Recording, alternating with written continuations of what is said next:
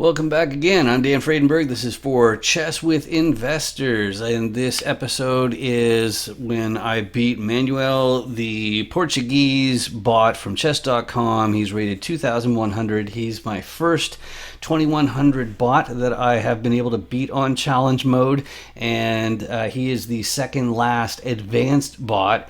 They have the different tiers, beginner and an intermediate and advanced, and then they have the master bots, and it's pretty challenging. You can expect, if you want to go against these guys, that you're going to definitely have quite the competition. You're going to have to grind out the entire game, which you're going to end up seeing here. Now, on my phone, I know that it said that I had a 90% accuracy, and Manuel was in the 80s, but let's get started. So I ended up going against him as white, and as you can see right here, there we go. I start off with NF3 as usual. He decides to take up some of the center, and I say, well, I'm going to stop him from advancing any further, and he brings out his knight to defend his pawn from future attacks, and also put a little bit of pressure on this spot right here so I can't claim the entire center in one fell swoop.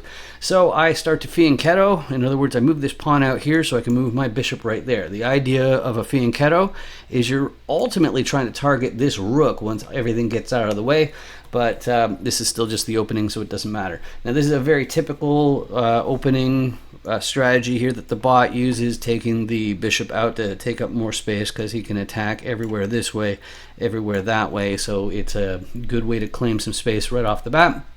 Fianchetto, as usual. He ends up taking up a little bit more space, basically supporting this pawn in case I come out here or here, but I castle first, bringing my king to safety. Next up, bishop comes out here. Now you can see that both of these bishops that he has, they're taking up a lot of space there, so it's a great move. And I bring out my pawn to say, all right, let's get myself a little bit more of this center. So next up, so the pawn comes out to support this one once more, and I say I'll take that pawn gratefully. So he ends up taking right there, giving a nice big open spot for me to fire off something like this. But the more important thing is, first I put the knight out here to put further pressure there, but the real idea is I want to support this pawn coming up here to basically start harassing this bishop, and hopefully even going another spot up, because that would fork these two pieces with a pawn, which is a really winning strategy. Next up, we've got a castle, and I go, all right, I'm going to pin this knight to the queen. In other words, if I can convince him to move this knight somehow, it'd be wide open for me to take the queen. At this level, it's highly unlikely that that's going to happen, but it's going to be a little bit annoying for him. What's more likely to happen is this pawn will come out right here, and then I'll have to take there, but the advantage then is the defense of the king is not quite as good as it would be normally. But instead, he decides to completely ignore it, because he's saying, okay, it's fine if I end up taking here. He can take back there, or he can take back that way. Both of those are fine. So I move my knight over here to target this bishop right here and also support this pawn even more.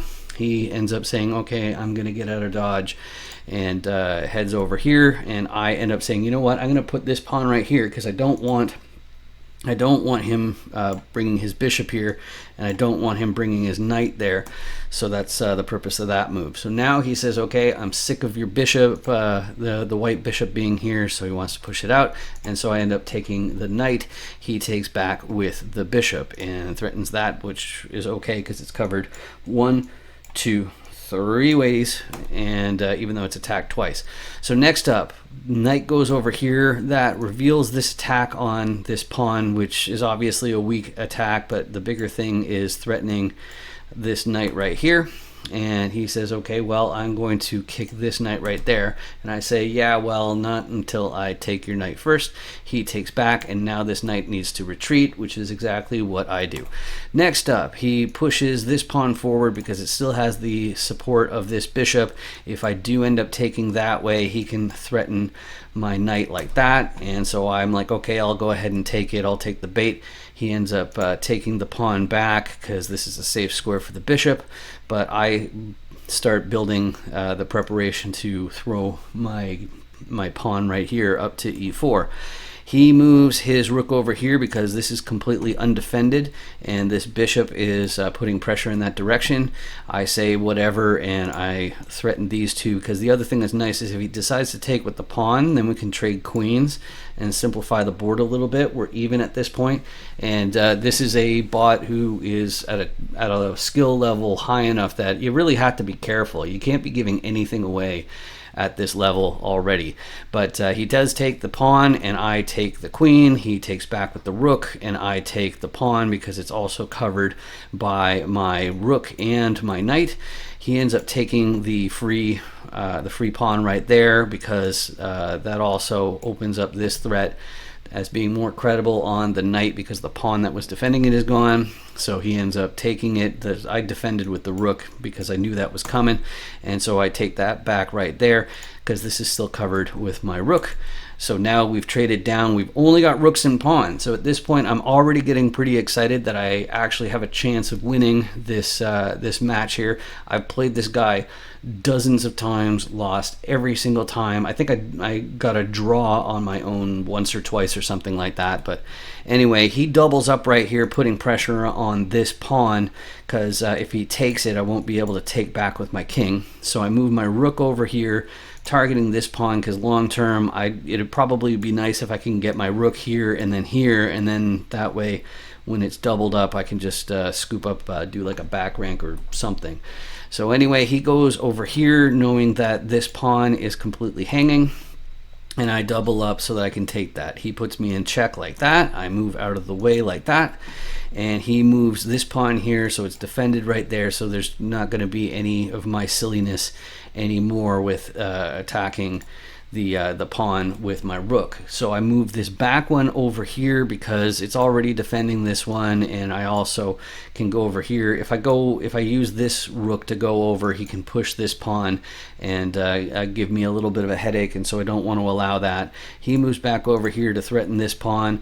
I double up horizontally. I don't really recall what I was thinking. I think I was thinking of going here to attack that one, and I guess so, because that's exactly what I did. So he ends up moving his rook back to defend both of these two pawns, and I'm like, okay, well, let's do some waiting moves. You know, this pawn structure here, there's not a whole lot going on over here. That arrow doesn't say anything really. So I move this pawn up like that. He pushes down here, and I'm like, okay, I want to stop that advance. He ends up supporting that pawn with his rook. I end up threatening that because it's two attackers, one defender. So I'd end up, if I take right now, if I had the ability, I just did my turn, so I can't. But if I take with a rook, he takes back, I take back, and that means I get a pawn in return for the rook. So he ends up defending right here because he says, okay, I don't want to have that kind of deal, and then I double up over here to try and do the same thing on this pawn. He ends up threatening this pawn right here, which is not a real threat, so I go ahead and take. He avoids it, but that doesn't work because now this rook can't move. He can go ahead and he can go ahead and take my rook, but he can't move this way or this way because that would reveal the check, and that's an illegal move. So he doubles up, and I say, all right, we're trading rooks now. He takes back. I move over here because he's going to want to defend this pawn. It's his most likely one to promote. The idea is clearing the way for this pawn to become a queen. I move he moves over to try and attack both the rook and the pawn. I mean, with his king, he came down here. So I move my king up here to try and stop all of that. I move my rook down here. I could have moved it here and defended the pawn, but then the king could come here and it's just going to cause me more headaches. So I move all the way over there. He moves over here to threaten the pawn. I defend the pawn. He moves closer down here. I keep on approaching with my king. He moves his pawn, and I take it because I see that if this one comes down here, I can take it that way. This one comes down here. I could even pass with this one because this pawn will stop this pawn's advance. So he takes back. I go check. to get a tempo. He moves over. I move over here so that I'm still defending this pawn. He ends up putting me in check, which is great news for me because I know I can block like this, and this guarantees the rook trade. Now, the one thing that's nice is that this pawn is pretty far up, so there's a good chance that this will make it possible for me to go and promote. But he moves his pawn down to try and get that to work because I guess he's figuring that I'm going to keep my king here. But these bots are programmed to occasionally do moves that aren't optimal. My whole thought is that even if I go over here to stop this pawn or capture the pawn, even if he does take, I can take back with that pawn, and my intention is to promote with this one, not with one of these. But let's see how it continues. He moves over his king. Now, if you know your endgame strategy, they tell you to make a box, all four sides right here like this, for your pawn. And the box, the way that what it actually means is if the king is in the box with your pawn that you want to promote, it tells you if you're going to be able to win the pawn or not. And so since the king is in the box, there's no way that I can get away from this this king here. So I end up taking the rook as you'd expect. Then I push this, and he's still inside the box, right? So now the box is this. The way that it works is that if the king can move into the box on his move, then he is going to be able to capture. So he moves even further. I decide, okay, I'm going to take this pawn to stop it from promoting. Then I'm going to make a beeline right over here. He moves that down. That didn't really matter. I take this one. By this point, I knew that I was going to win. And I think I was supposed to actually move him up first so he'd stop that, but I know that I've got two pawns, so I knew that it was inevitable by this point. I'm approaching, I'm making sure that I defend appropriately. Now I move over here because that blocks him from moving right there. He moves up like this. I move like this for check, which means he basically has to go right here. He could just back away, but then I'm going to get two promoted pawns instead of just one. But he takes, as you'd imagine, and my protected pawn, my pawn that's protected by my king here, moves up again, now promotes to a queen. Now the trick for this endgame is you get all aggro, as the kids say. In other words, you get aggressive with your king and just start moving all that way, so that the king gets stuck to a side. So you'll see that I do exactly that, keep on moving closer and closer and closer until I can block and restrict the king's movement just to this this rank right here, or this file, I should say. And so now all I need to do is I need to be one space apart, just like this, from the king, because now when he goes like that, I can go boom, checkmate, and we can party and rejoice like it's 1999 because we just beat a 2100, and that is the bot defeat match for today. Now, of course, all of these different episodes, the Chess with Investors show, it is featured on chesswithinvestors.com. This particular episode is sponsored by Cardinal Financial Consulting. You can check them out. They mostly focus on fractional CFO roles. So if you have a bigger sized company and you want to get better tax advice, better preparation, all that sort of stuff, you can set up a meeting with Ryan Yates, and he can tell you that he's definitely not for you. And on the off chance that he is for you, then you can set up something with him. But really, the idea of the Chess with Investors show is that I talk to people who are investors. Usually, they're real estate investors or alternative investments, which is what Cardinal Financial tends to focus on. You know, hedge funds, VCs, different things like that, and alternative assets. But really, the if you want to improve at chess, then there is a playlist on chesswithinvestors.com where it's just a bunch of 5-minute videos that go through complete games like this, but the games are much simpler than this one because they're not against 2100 rated bots. Once you get to the higher levels, there's a lot more grind. The end games tend to take a lot longer because it's tough to figure out how to find that checkmate and get that out there. So make sure you do check out chesswithinvestors.com. If you want to appear on the show, what we do is we just talk about what we're doing with investments and all that sort of fun stuff over a live game of chess. Connect with me on LinkedIn. My name's Dan Friedenberg, so I'm really, really easy to find on LinkedIn, and that is where I spend most of my social media time. But that's all I got for you today. Thanks a bunch for watching. Catch you next time. Bye.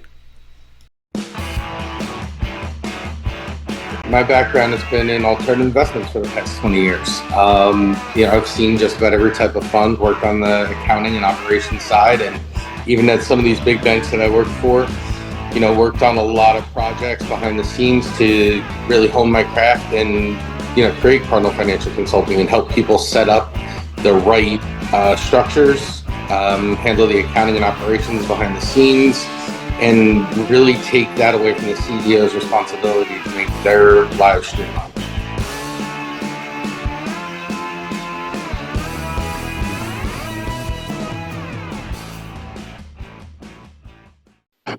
Sorry. Oh, hey there. I hope you enjoyed the show. And if you are into chess, if you play chess and you're an investor of some sort, real estate or otherwise, well, you can be on the show too. I know, right? All you have to do is connect with me on LinkedIn. My name's Dan Friedenberg, so I'm super duper easy to find on LinkedIn, where I spend most of my social media time. But if you're one of those people who just don't play chess, don't pay attention to him. I don't judge. All you have to do is go to dandoesdeals.com and you'll find the Chance Encounter series where you're welcome to be a guest on it, where you can share your core competencies that you're likely to contribute to a GP team or a JV. You don't have to be doing syndications. And we'll talk about your buy box and stuff like that. It's easy peasy. It's like 15 minutes long to record, and there are no real fastball questions. Just tell the truth and everybody will be fine. And if that's not really your thing, dandoesdeals.com, it also has the way to meet more, join more people, add more people to your investor list, your different deal sponsor operators and KPs and passive investors, all that kind of stuff. I'm probably repeating myself, but I'll give you the rest of your day. I appreciate you watching Chess with Investors. See you next time. Bye.